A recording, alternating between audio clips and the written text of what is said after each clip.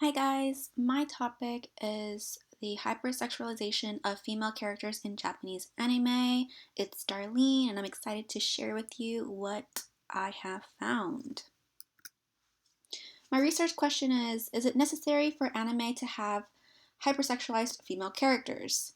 This came from me being an anime fan myself. I've watched so many animes, read so many manga, and I can't help but notice that almost every single story that I come across has a female who is very sexually displayed with skimpy outfits or overly large breasts, and it's very astounding to me. I think to begin this topic, it is important to know about fan service and the term of fan service. It is typically all the sexually gratuitous scenes, angles, outfits, and poses primarily for the sake of arousal.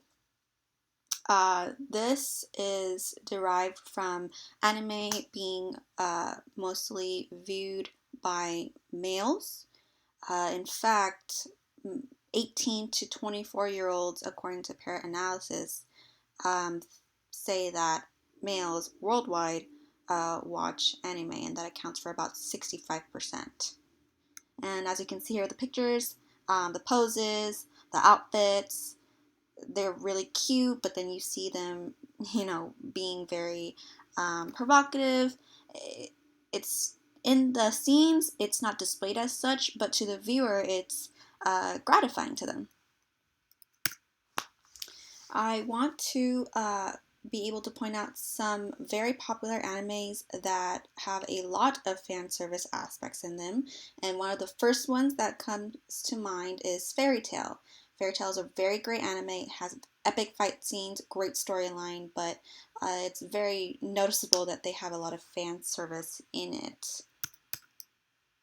So that's Mara Jane. That's one of the very powerful heroes of Fairy Tail, and she is considered S class. However, most of the time you'll see her doing these poses and basically having her own fan base in the anime and, of course, in real life. Now, when she's in her fighting mode, though, you would expect her to have something more covered, more protective, since she is always mostly fighting. And that's the same person, and that is going to be her armor. And as you can see here, it doesn't really cover up much. It's very sexy, but at the same time, I feel like it does highlight how powerful she is with the wings and the dark colors. It's just, again, the fan service is really high. Another fan service anime is Kill la Kill. This is kind of an older one, but it just shows that fan service has been around for a long time. This is one of the fight scenes, and as you can see with the angles, with the crotch shot and her outfit, it's very explicit. And this is a close-up of her fighting uniform, her armor, her warrior uniform. Doesn't really cover much, but you get the idea. Another really recent and popular anime known for its fan service actually is High School of the Dead. I don't really have to explain much, I think, to you guys, but as you can see here, there's a lot of skin showing and breasts and just minimal coverage. I mean, there's like two slips of cloth covering the blonde girl's boobs. A very classic and well-known anime is One Piece, and I want to point out one of the main characters, Nami, from her very first episode to the third or fourth episode, I believe. On the left, you see her with more proportional, basically measurements on her body. Her breasts are quite normal. Her waist is a little bit larger than the picture on the right. She's wearing a skirt, but nothing too crazy.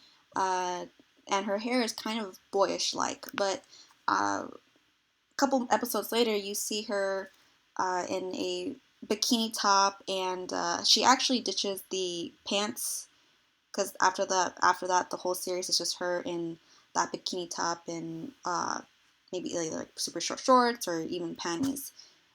Very, very minimal clothing, lots of poses that are really sexually um, strong. And there's also Boa Hancock, who is an icon in this anime and very well known for basically wearing nothing but also being very powerful. I want to point out anime that has little to no fan service that are just as popular, if not more popular than the anime that I mentioned before. Dragon Ball Z, Naruto, and Death Note are among them. Actually, I think Dragon Ball Z, besides the very first episode, does match into the no fan service type of anime. You guys know what I'm talking about if you watched it.